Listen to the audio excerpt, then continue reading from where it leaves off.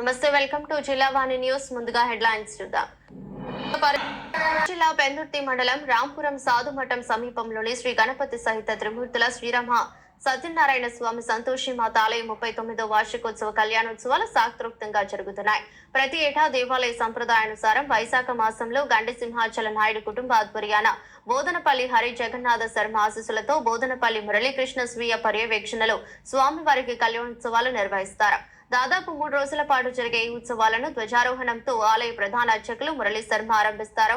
ఈ వేడుకల్లో భాగంగా మొదటి రోజు గణపతి హోమం, వాస్తు నవగ్రహ మండపం పూజారోహణంతో అగ్ని ప్రతిష్ఠ నిర్వహిస్తారు. కార్యక్రమంలో అనేక మంది దంపతులు పాల్గొని స్వామివారి కళ్యాణోత్సవాన్ని సాంప్రదాయబద్ధంగా నిర్వహించారు. అనంతరం మీడియాతో ఆలయ అర్చకులు బోధనపల్లి రాజేష్ శర్మ మాట్లాడుతూ ఆలయ విశిష్టతను, కళ్యాణ ఉత్సవాల విశేషాలను వివరించారు. కార్యక్రమంలో దేవాలయ పండిత వర్గాలు బోధనపల్లి సంతోష్ శర్మ, రాజు, ఉపేంద్ర గాంధీ, బోధనపల్లి బుజ్జి నాగేశ్వరరావు, ఉపేంద్ర శర్మ పాల్గొన్నారు. జయ శ్రీమన్నారాయణ. ఈ యొక్క ఆలయం నుంచి దాదాపు 39 సంవత్సరాలకు కూడా కానున్నది. 39 సంవత్సరాల నుంచి కూడా ఇదే విధంగా అంగరంగ వైభవంగా ఈ యొక్క కార్యక్రమంలో కూడా నిర్వహించడం జరుగుతున్నది.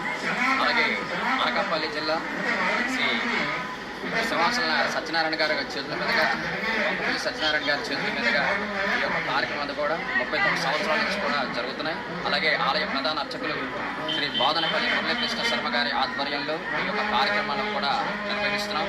ఆలయ అర్చకులు శ్రీ బుజ్జి నాగేశ్వరరావు, రాజేష్ శర్మ, సంతోష్ శర్మ, ఉపేంద్ర శర్మ ఆధ్వర్యంలో ఈ యొక్క కార్యక్రమాలు 39 సంవత్సరాల నుంచి కూడా యథావిధిగా జరుగుతున్నాయి. 26వ తారీఖున గణపతి పూజ, అంకురార్పణం, ధ్వజారోహణం కార్యక్రమం జరిగి 27వ తారీఖున కళ్యాణ మహోత్సవం, అలాగే 28వ తారీఖున పూర్ణాహుతి జరుగుతుంది. భక్తులందరూ కూడా రావడం జరుగుతున్నది అధిక సంఖ్యలో. కావున మీ అందరి తాలూకా ఆశీస్సులు ఎల్లప్పుడూ కూడా ఇలాగే ఉండాలని మనసారా కోరుకుంటున్నాం. మాజీ ఎమ్మెల్యే